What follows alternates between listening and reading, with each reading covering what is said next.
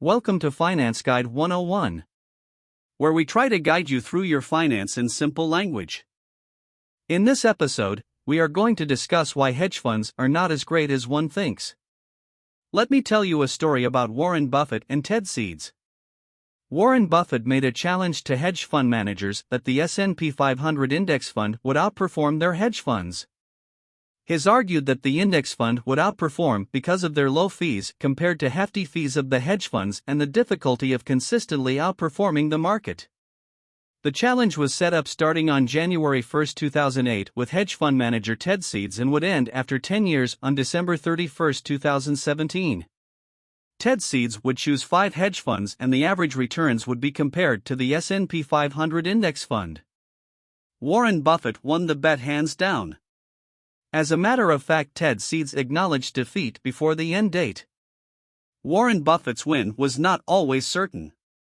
In 2015, S&P 500 index lagged the hedge fund average, gaining 1.4% versus hedge funds 1.7%. But in 2016 saw S&P 500 index gained 11.9% to hedge funds 0.9%. Another downturn could conceivably have handed the advantage back to hedge fund, but that didn't happen.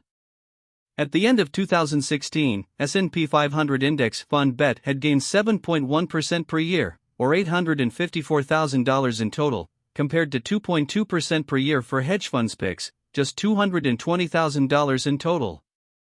These numbers do not specifically matter.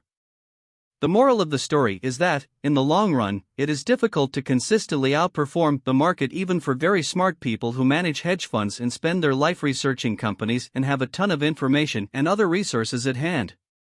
If they cannot do it, why do you think you can beat the market? That is my message. Why do you think you can beat the market when really smart folks who have been educated at the best institutions and have all the information and data plus computing power and spend their whole life studying the market cannot on a consistent basis beat the market? I would invest my money in an index fund rather than try and pick stock. Buy low, sell high, etc. Think about it.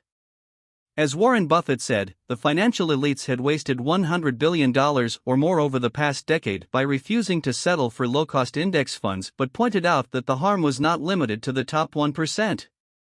State pension plans have invested with hedge funds, and the resulting shortfalls in their assets will for decades have to be made up by local taxpayers. A side note of how hedge funds charge their clients. They use the 2 and 20 method. 2 and 20 refers to the 2% management fee and the fee equal to 20% of returns typically charged by hedge funds. So if you make money or not, they get 2% of your capital, plus if you make money, they get 20% of it. Management and performance fees can have a massive impact on the investor's returns over the long run. In case you are interested in the specifics of the bet, I have added a link below. To recap, in today's world, it is very difficult to beat the market. People who are very smart, highly educated, and have almost unlimited resources are not able to beat the market consistently. In the long run, they have 50-50 chance of doing it. If that is the case, what chance do I have? It is better for me to invest in an index fund with low fees and enjoy my time doing things I love rather than trying to predict the market and the undergoing stress involved in seeing it go up and down. I hope you learned something today. At least I hope you have something to think about. Thanks for watching. Please subscribe and press the notify button if you want to see more of these. A thumbs up would be appreciated as it helps with the YouTube algorithm.